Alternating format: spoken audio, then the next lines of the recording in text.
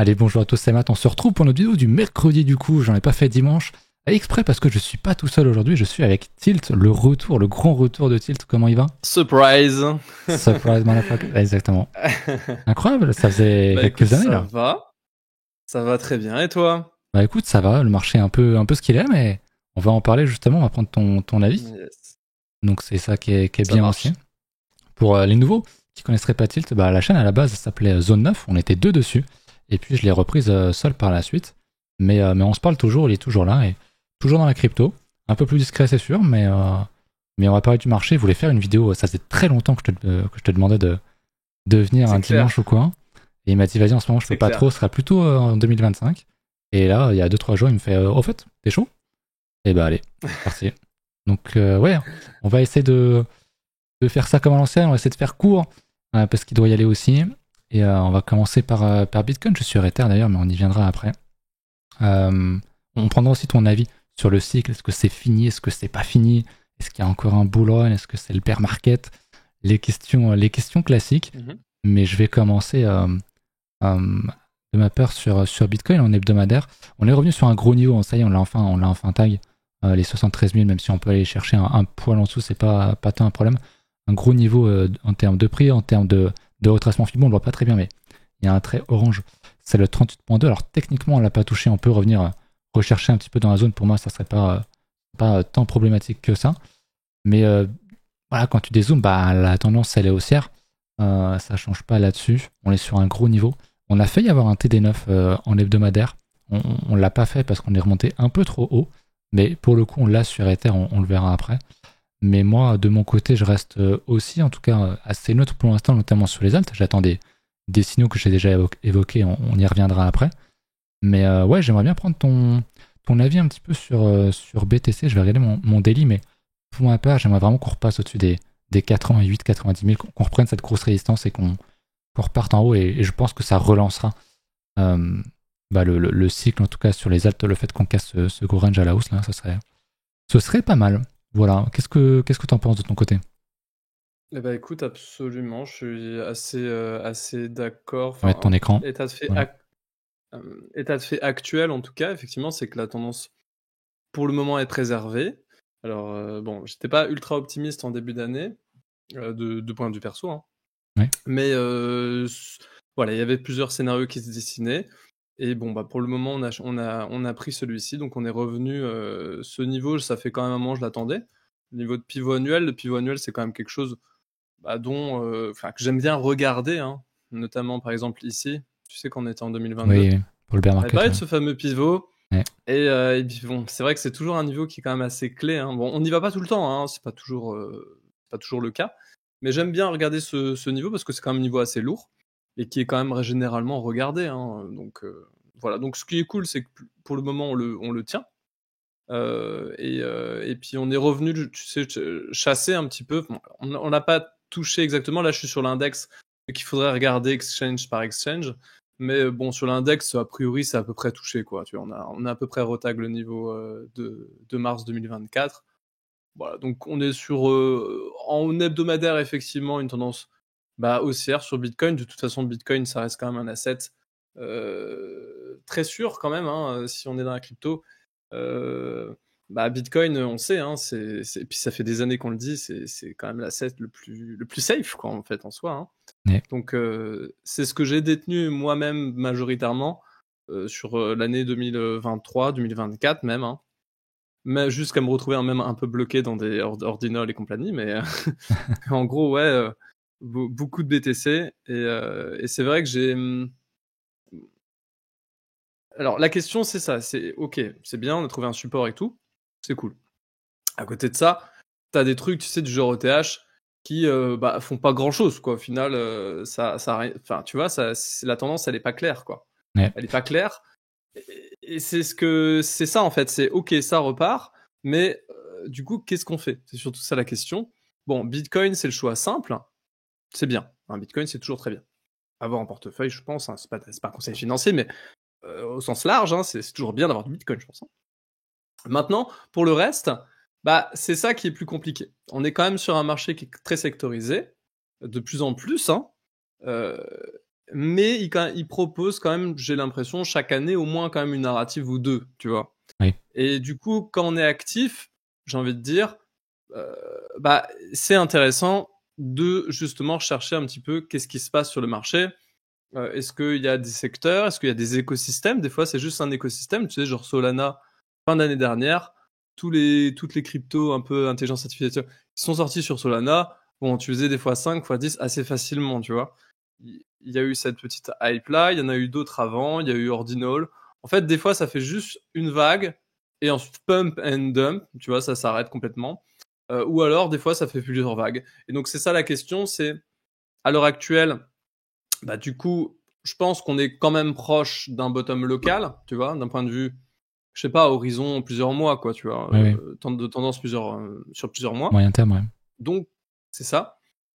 Donc, je suis d'avis de plus commencer à être un peu plus actif sur le marché. Ça veut pas forcément dire all-in, pas c'est parti. Non, parce qu'en fait, on sait pas d'où ça va partir, tu vois, c'est ça la question. On a l'impression quand même que tout ce qui est intelligence artificielle, tu sais, les trucs d'agents et tout, c'est quand même la hype du moment, quoi. Ça a l'air d'être encore la hype du moment. Hors même Web3, quoi, tu vois. Oui. Donc, j'ai envie de dire, il y a certainement encore du potentiel. Maintenant, ouais, il y a certainement encore du potentiel, mais c'est difficile de s'exposer pleinement. Tu vois, Virtual, je l'ai acheté, parce que, voilà, le truc, il avait explosé. C'est un truc qui fait, voilà, qui a quand même drivé un peu la hype AI agent, tu vois. Donc, ça a participé, en tout cas, c'est pas forcément le truc qui a le plus pump, mais ça a participé à ça. Et donc, je me dis, ok, voilà, on retag un petit niveau de prix. Donc, mettre un billet ici, pour moi, ça paraît pas forcément débile, tu vois. D'un point de vue personnel. Après, c'est difficile parce que pour le moment, il y a encore rien qui est fait, tu vois. Donc, d'un point de vue risque, en fait, pour le moment, je suis plus en mode attente, voir un peu déjà le creux se former sur Bitcoin, tu vois, donc prendre vraiment un petit peu le temps pour voir. On peut très bien range pendant 3 mois, tu vois, c'est pas un souci. 3, 4 mois, tu vois, enfin, honnêtement, il y a aucun. D'un point de vue chartiste, il y a aucun. Tu vois, on peut faire ça, quoi, sans souci, quoi. Hein. Et repartir peut-être qu'en septembre, tu vois, c'est tout à fait possible. Honnêtement, d'un point de vue timing et tout, j'en ai aucune idée. Par contre, je pense que je vais quand même être un peu plus actif sur le marché à l'heure actuelle. C'est pour ça d'ailleurs que justement, je prends l'occasion pour parler un petit peu en vidéo et tout, parce que ça me fait plaisir aussi déjà de faire une vidéo avec toi, parce qu'il y avait quand même un longtemps. Ouais, c'était le cycle d'avant. C'est ça, exactement. Et puis voilà, donc je pense que là, je suis juste dans l'attente de rechercher un petit peu ce qui va se passer, voilà, sur les différents écosystèmes et puis les différents secteurs, quoi. Ouais, je suis assez d'accord avec toi. Je vais repasser sur mon point de vue. Parce que du coup, tu as quand même déjà commencé à parler des alt. Mais effectivement, sur Ether, tu l'as dit, la tendance, elle n'est pas claire. Ether, il s'est fait quand même un petit peu dérouiller depuis quelques temps. Même s'il avait quand même fait un très beau tag sur les 4000, on pensait vraiment que ça allait casser. Et en fait, non. On avait une très belle structure. Je vais me remettre en linéaire. On avait une très très belle structure ici. Là, c'était très clair, très limpide. J'étais ultra boule et tout. On l'avait bien pump, mais Ether, il a vraiment beaucoup de mal. On n'a pas parlé aussi de la macro également pour le marché, sur le moyen terme aussi, où a priori ça commence à être un peu plus bullish. Trump a l'air de vouloir se calmer sur les tarifs, ça a l'air de commencer à négocier et tout. Donc c'est à voir. Moi j'ai quand même sur Ether ce signal très agressif, qui est un TD9 ici. On a retagué la ligne blanche qui était l'ancien ATH de 2017, qui est quand même un niveau. On prend des niveaux de leaky ici, aussi sur Mesh, donc c'est des choses que j'aime bien. Maintenant c'est très agressif. Et effectivement, on n'a pas de structure, on n'a rien que ce soit sur BTC ou Ether, donc c'est très très compliqué. Pour ma part, je reste quand même très exposé sur tout ce qui va être IA. Je pense que c'est la grosse narrative. Il y en a d'autres, mais je pense que c'est la grosse narrative qui n'a pas été juste une hype passagère comme, je sais pas moi, tu l'as dit, une hype sur une blockchain genre la BSC ou Solana ou quoi. Avec le RWA que je surveille aussi de très près, même si en RWA, je sais pas si tu as suivi. Il y a un gros coin, le OM là, le mantra qui a fait moins 90% en 1h02. Mais j'ai vu. Bon, c'est des choses qui arrivent. Je sais même pas si on sait si c'était un scam, un hack ou quoi. Classique dans la crypto, quoi. Oui, j'ai envie de dire, c'est pour ça qu'il faut se diversifier aussi. Et que même si t'es sur un truc solide, tu sais jamais ce qui peut arriver. Donc ça, c'est quand même important de le noter. Mais ouais, pour Ether, moi j'aimerais vraiment qu'on repasse au-dessus des 2000-2100 là. Si on reprend cette grosse résistance, pour moi, ce serait quand même déjà un signal bien plus haussier. Donc il faut le prendre en compte. Le reste pour l'IA, j'ai renforcé un petit peu. J'ai pris quand même très très cher, on va pas se mentir. J'avais fait quand même des beaux. On avait la bonne tendance, hein, mais tout a quand même quasiment full retracé. Tu l'as montré avec le virtual. Je suis d'accord avec toi, c'est des niveaux qui se payent. Mais attention parce que tu payes que un niveau. Et comme tu as dit, il n'y a pas de structure, il n'y a Ça, pas de tout ça. Donc, y a rien. faut y aller mollo. Tu penses donc que effectivement on n'est pas en bear market ici, on a le même avis là-dessus. Tu confirmes? À l'heure actuelle, oui, j'attends de voir si les niveaux de support, donc pivot annuel BTC, donc pivot annuel, et puis le niveau de chartiste des 73, que ça tient. Si ça tient pas, honnêtement, par contre, là je pense que il faut juste tout vendre, quoi. Ouais, Enfin, de mon côté, en tout cas. ouais, oui. Sélection, le niveau est intéressant à suivre. Euh, Moi, je pense que en termes de cycle, on va jusqu'à la fin de l'année. Parce que, alors, c'est encore toujours la même chose, mais en termes de cyclicité, voilà, on a beau essayer de faire des rapprochements. C'est pas parce que à chaque fois ça a duré sur 4 ans à peu près que ça va forcément être le cas. Mais tu sais, j'avais fait ce graphe d'analyse de timing entre le halving et le top, entre le bottom et le top de chaque cycle, etc. Et globalement, on a une zone autour de novembre ou octobre-novembre. Donc ça laisse encore un petit peu le temps, même si, encore une fois, on peut très bien avoir top ici, c'est possible, ou alors pourquoi pas décaler davantage. On pourrait, moi je pense que plus le temps va passer, moins on va être cyclé sur les 4 ans, ça devient vraiment de plus en plus évident. Donc j'aime pas trop ça. Aussi à noter que, pareil, hein, tous les indices on-chain, je l'avais déjà montré, indiquent que bah, c'est pas fini, qu'a priori on devrait aller encore plus loin, même si à chaque fois ça a plutôt bien donné des bons signaux. Là on était vraiment très très loin, donc ça conforte cette idée-là aussi, même si encore une fois, faut pas se dire que, ah ok, donc il n'y a pas eu de signal sur les on-chain, donc ça veut dire que du coup il n'y a pas de top to the moon, tu vois. Quand même, garder ça en tête. Mais effectivement, je pense que je suis encore aussi sur le marché. La question, c'est quand est-ce on va repartir. Est-ce qu'on va casser ce range sur Bitcoin? Est-ce que sur Ether, on va consolider? Est-ce que vraiment Ether va repartir? Il y a quand même beaucoup de doutes sur Ether. Est-ce qu'on aura un flippening avec Solana ou je sais pas qui? Je sais pas. Mais ouais, non, moi Ether, je suis rentré en position, en levier, ici, sur la mèche, là. Mhm. Je vais rentrer là-dedans, dans ces niveaux-là. Donc je suis assez content pour l'instant. Il y a un beau TD9, donc j'attends. Et puis si je me fais sortir, ma foi, je me fais sortir. Mais si ça passe, ça peut être un très gros ROI. Donc je suis assez content là-dedans. C'est le seul truc que j'ai vraiment pris où je commence vraiment à risquer. Maintenant, on est vraiment potentiellement sur la formation du bottom. Donc tu l'as dit, hein, c'est encore très très risqué. Mais j'ai aussi cette inquiétude de si je repasse sur, je sais pas, virtual par exemple. Moi, j'en ai pas, mais c'est dans l'idée, on va regarder ça. Il y a ce truc de, hop, on va se mettre en linéaire. On fera pas forcément de structure. Tu connais le marché, une fois qu'on a fait un bottom, derrière, ça repart comme ça, quoi. Ça peut être très très vite, toute cette baisse là, on a mis combien de bougies, si je peux calculer. On l'a fait en 15 bougies, là, peut-être qu'en en la moitié, en 7 bougies, peut-être qu'en juin, on est à la TH ou pas loin, quoi. Donc ça va créer beaucoup de frustration aussi. Le problème, c'est quand t'as pas de structure, comment tu achètes en fait. C'est ça le gros problème. Soit tu fais du DSA, t'achètes un niveau parce que juste c'est un niveau qui est très intéressant que tu crois au futur. Un bon niveau, on l'a pris quand même très très cher hein, dans ce cas de virtual. Hein, c'est le cas sur plein d'alt, mais lui, il a pris quand même moins 91%. C'est vraiment énorme. Après, on pourrait faire une espèce de double bottom Quasimodo, comme tu les appelais à l'époque, avec un second creux plus bas que le dernier. Donc ouais, un petit double bottom Quasimodo. Ça à surveiller, ça serait pas mal pour moi, ça serait un très très bon signal, tu vois. Si on vient casser les 0,84, etc. Mais va falloir surveiller ce genre de choses. Je sais pas si tu regardes les indices de ton côté, et quels indices? Non, Tu regardes non, pas non, du du tout? tout. Ok. Non. Ok, donc total 3, on est quand même sur un bon niveau. Un point rapide, mais la dominance, tu regardes même pas? Non, non, non, je t'avoue, Ah non, je ouais, regarde tu regardes pas plus du du tout. tout. Ah ouais, marrant ça. Non, non, non, bah, tu veux que je réponde à ça? Ouais, ouais, vas-y, bien sûr. Bah écoute, ouais, c'est vrai que je regarde pas les index. Peut-être que c'est pas bien, hein. J'ai juste un avis dessus, c'est que, en fait, bon, c'est Bitcoin qui gère la tendance, tu sais, c'est le truc qui drive, Oui, quoi, bien hein. sûr. Ça, ok. Ça, c'est le fait accompli. Maintenant, Le reste, je suis plus dans le fait que je pense qu'effectivement, une alt season, c'est quelque chose qu'on verra, je pense plus. Enfin, c'est une conviction personnelle. Donc maintenant, et on le voit, c'est toujours, moi, je pense que ça va repartir. Ok, super. Mais c'est d'où? Et c'est ça toute la question, tu vois. Enfin, pour moi, c'est plutôt ça. C'est toujours d'où. D'où est-ce que ça va repartir? Parce que le marché, il va pas repartir en entier. Tu vois, c'est tout le temps comme ça. Enfin, ça fait maintenant quand même plusieurs années que c'est comme ça. Ça avait commencé avec la DeFi. Donc c'était il y a longtemps quand même. Hein. Ouais. Quand c'était que la DeFi qui montait. Hein. C'était après la hype de 2017. C'est là où vraiment tout était monté. Mais en même temps, à ce moment-là, il n'y avait pas beaucoup de crypto.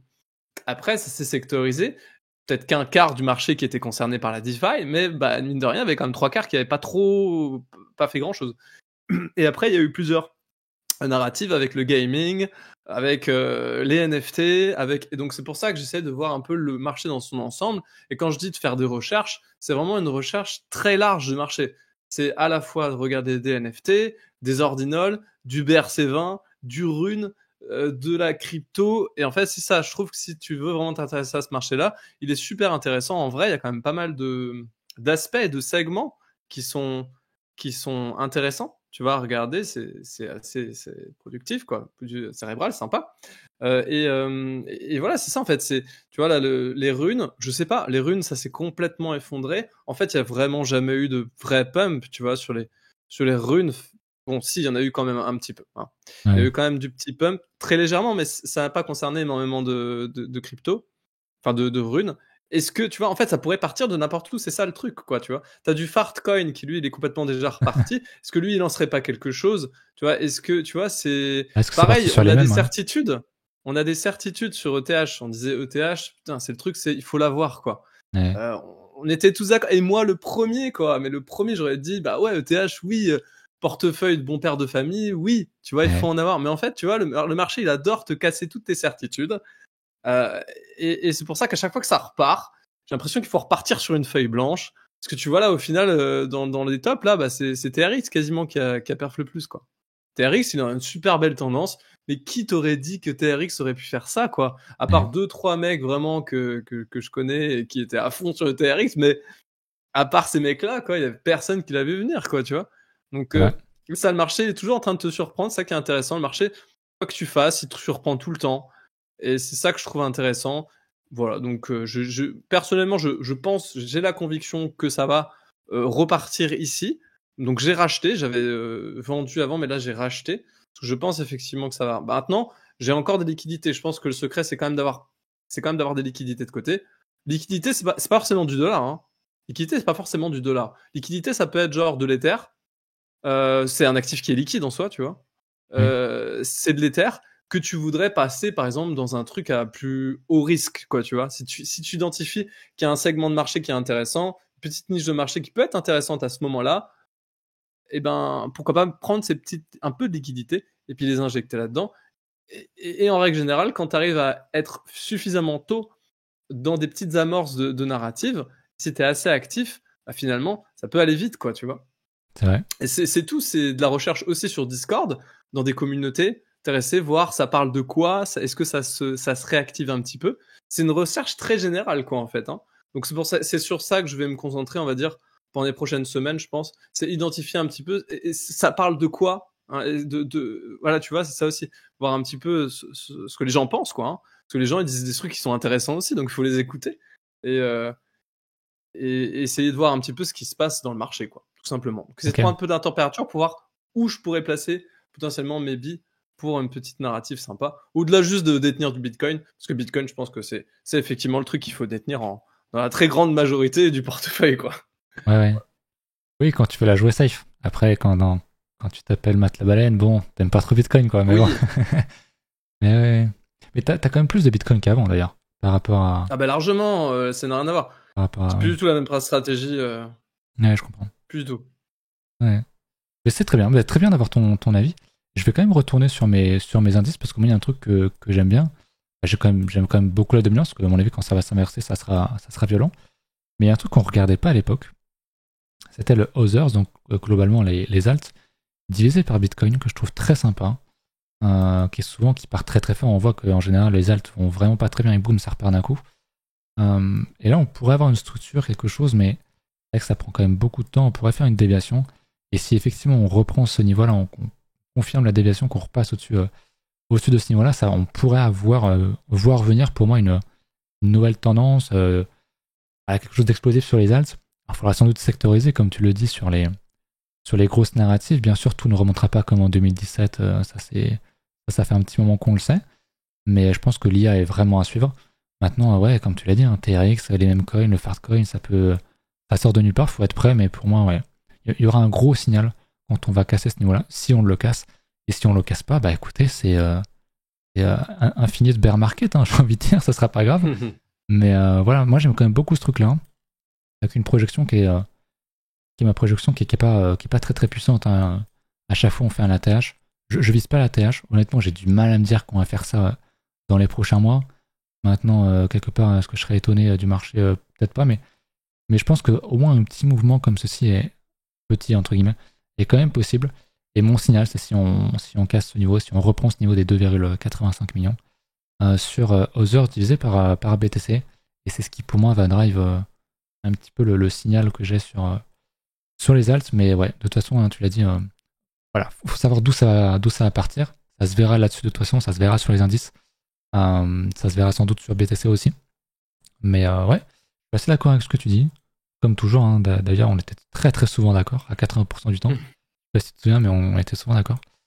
Et ouais, bah écoute, C'est ouais. vrai. Ouais, c'est vrai. Écoute, ouais, je crois que j'ai pas grand-chose d'autre à ajouter. Je réfléchis, tu regardes un petit peu le... Bon, je pense que non, mais tout ce qui va être... Ouais. Penguin Index, tout ça. C'est un peu du superflu, je sais, mais il y a quand même pas mal de Ouais, c'est peur en ce ça. moment. Non, en fait, j'avoue que c'est plus. Là, c'est plus la stratégie. Si je voulais dire un dernier truc, Ouais, ça concernerait plus la stratégie. Stratégie vraiment d'achat, on va dire, ou de conservation.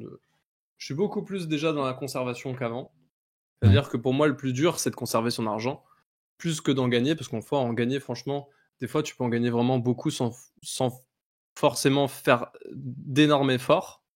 Parce que, je sais pas, t'es rentré dans le bon truc, il fallait à ce moment-là, tu vois. ouais. Donc, le plus dur pour moi, déjà, c'est de conserver, surtout dans la crypto.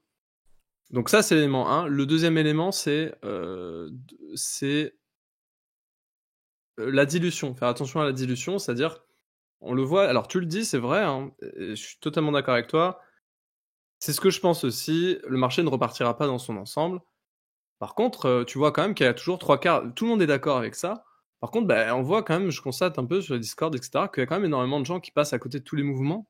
Parce qu'en fait, ils sont exposés partout.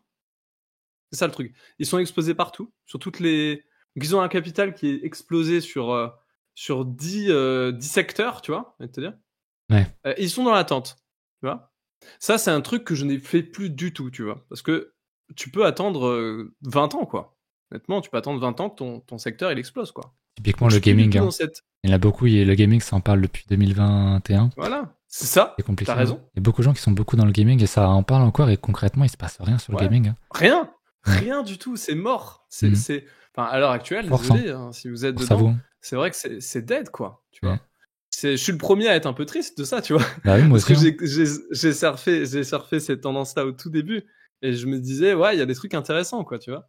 Mais non, c'est mort, quoi. Enfin, à l'heure actuelle, c'est mort. Ça le sera peut-être plus dans 6 mois, ok, Oui. d'accord. Mais tant qu'il n'y a pas de truc qui s'est passé, moi, personnellement, en tout cas dans ma nouvelle stratégie, je ne détiens plus et je n'holde plus de crypto dans ces secteurs-là. Tout simplement, je les vends. C'est aussi simple que ça. Et j'attends par contre de voir, voilà, un secteur partir. Là, c'était intelligence artificielle. Je suis quasiment sûr qu'on aura autre chose. Peut-être même de plus fort, parce que c'est ça aussi, le marché, il adore surprendre. Maintenant, la vague de pump, elle peut se faire sur. Tu vois, elle peut se faire dans les NFT, là, en soi, tu vois. Tu vois, elle peut surprendre complètement. Elle peut. C'est. C'est très aléatoire, quoi. Et ça, je pense qu'il faut bien l'avoir en tête. C'est que ça peut partir vraiment de n'importe où. Il faut juste être à l'affût. Et puis essayer d'être un minimum, je pense, actif sur des moments où c'est intéressant d'être actif. Parce que en soi, pour moi, les 6 derniers mois, c'était pas forcément super intéressant d'être actif, quoi. Tu vois, être actif sur le marché. Il faut aussi essayer de faire aller ces raisonnements avec ton idée principale. Est-ce que tu penses que le marché va baisser? Si c'est ça, bah, pour ma part, je suis beaucoup moins actif et je m'intéresse un petit peu de mes petites affaires de mon côté, autre chose que de la crypto. Et si je pense que le marché est là et sur un moment intéressant, bah ok, là, je reconcentre un petit peu mon activité sur la crypto et je regarde un petit peu, voilà, qu'est-ce qui peut se passer, quoi. Et aussi, du coup, donc là, je répète un tout petit peu ce que j'avais dit, mais là, avant, je détenais dans un seul et même secteur, peut-être 10 assets différents. Maintenant, ça, c'est fini, tu vois. J'essaye vraiment de centrer mes investissements sur 2-3 éléments. Ok. Tu vois, 2-3 cryptos, 2-3 collections. Et en règle générale, quand même, les principales dans cette petite niche de marché. Et j'y mets, par contre, beaucoup plus, tu vois, d'argent qu'avant. Il faut quand même, je pense, de temps en temps avoir enfin, c'est ma stratégie. J'ai des convictions. Quand j'ai des convictions, j'y vais et je ne dilue pas. Je préfère me tromper vraiment, me dire, ok, bah, tu t'es planté, t'as mis ça, t'avais des convictions, ça a foiré, c'est pas parti. Comme tu pensais que ça allait partir, tu vends. Ok, parce que de toute façon, ça représente quand même quelque chose d'assez important d'un point de vue monétaire. Donc, tu as quand même cette envie de vendre. Alors que si tu dilues ça sur 10 trucs où tu n'as franchement aucune conviction, souvent c'est ça, quand tu dilues tes bagues, c'est que t'as pas de conviction, tu vois. Tu dilues, tu dis bon, on verra ce qui va se passer. Et du coup, le problème, c'est que tes bagues, ils sont tout petits. Et du coup, bah, tu ne vends rien parce que, en soi, vendre un bag individuellement à un bag qui est passé de, je sais pas, n'importe quelle somme, vous prenez la somme qui vous intéresse. On s'en fiche. Ça dépend des niveaux de capitaux. Mais tu vois, si tu mets trop petit partout, bah, quand ça baisse, t'as envie de vendre rien parce qu'en soi, quand tu regardes les positions isolées, bah, c'est pas grand chose, quoi, tu vois. Ouais. Mais en fait, c'est cet ensemble-là qui te fait perdre beaucoup d'argent. Donc, voilà, c'est pour ça. Moi, je préfère rentrer franchement, mais sur vraiment 2-3 assets, c'est tout, tu vois, plutôt que de diluer le capital. Voilà. Intéressant, parce que là où moi, du coup, je dilue plus, après, je vais vraiment dans les petites cryptos. Mais c'est vrai que j'en ai peut-être trop aussi, ce qu'on disait déjà à l'époque. 20 cryptos, c'est déjà bien. Faut pas aller trop au-delà. Après, moi, j'avoue que j'aurais quand même du mal à être que sur 2 ou 3 par secteur. Parce que typiquement, tu tombes sur du mantra, bon bah tu perds une grosse quantité de ton portefeuille, tu vois. Mais bon, si tu restes sur les choses certaines, par exemple, IA, voilà, t'es rentré sur Virtua, j'imagine peut-être que le Tao t'intéresse, et peut-être une ou deux autres, et pas plus, quoi. Ouais, c'est des leaders, effectivement. Si tu veux vraiment avoir des leaders qui pourraient représenter le marché, c'est vers là qu'il faudrait aller. Par contre, c'est vrai que je suis pas trop fan, personnellement, dans ma stratégie d'acheter ce genre de truc, parce qu'en fait, c'est très capitalisé. Donc là, le potentiel, il est quand même un peu moins intéressant. Et quitte à prendre moins de risques, je préfère juste avoir du Bitcoin. Oui, okay, là, je suis vraiment dans un raisonnement qui est très différent maintenant. Je crois en fait, j'ai du Bitcoin. Et maintenant, si je cherche de la performance, je vais vraiment être beaucoup plus actif sur le marché et aller juste, genre, mint non-monk, tu vois. Mettre 5000 balles sur un mint non-monk pour voir ce que ça va donner. Parce que j'ai plus de conviction à ce moment-là. Je me dis, tiens, qu'est-ce que ça peut... J'ai l'impression qu'il y a quelque chose qui se passe sur ça. Et donc, j'hésite pas à ce moment-là, 5, 10 000, ça dépend après, évidemment, là, je dis un chiffre, mais ça dépend de tes capitaux, quoi, tu vois. Peut-être, pour certaines personnes, 500, ça va déjà être une forte conviction, tu vois. Oui, bien sûr, ça dépend du capital. Donc, exactement. Ok, bah merci pour ces paroles sages, Tilt. Très bien. Très bien. C'était cool de faire ce petit point. Bah, ça m'a fait plaisir, en tout cas, de faire cette petite vidéo avec toi. C'est vrai. Ouais, ça faisait longtemps, c'est vrai que je pense que les gens seront contents aussi. Ça faisait un bon petit moment. Bah, écoute, on va se laisser là parce qu'on est bientôt à 30 minutes. On voulait en faire 20, mais voilà, c'était prévu. On savait très bien qu'on allait. On déborde tout le temps. On déborde tout le temps. C'était déjà pareil à l'époque, donc ouais. Écoute, je te remercie encore une fois. Peut-être qu'on se refera un autre épisode plus tard, dans quelques mois, qui sait. On sait pas. Des petits points, ouais. Des petits points de temps en temps, ce serait sympa. Ça. Et puis écoute. On va essayer de faire des points sur les pivots. Ouais, sur le pivot annuel. Voir si on le passe ou pas. Mais écoute, je te remercie encore une fois. J'espère que vous avez kiffé la vidéo. N'hésitez pas à mettre un petit pouce bleu, un petit commentaire. Et puis écoutez, n'hésitez pas à venir sur le Discord si jamais vous êtes enchanté. Faire un petit tour dans la description. Il y a tous mes liens, les réseaux, tout ça. Et puis écoutez, à dimanche prochain. Salut. Salut Tilt. Salut. Salut Matt.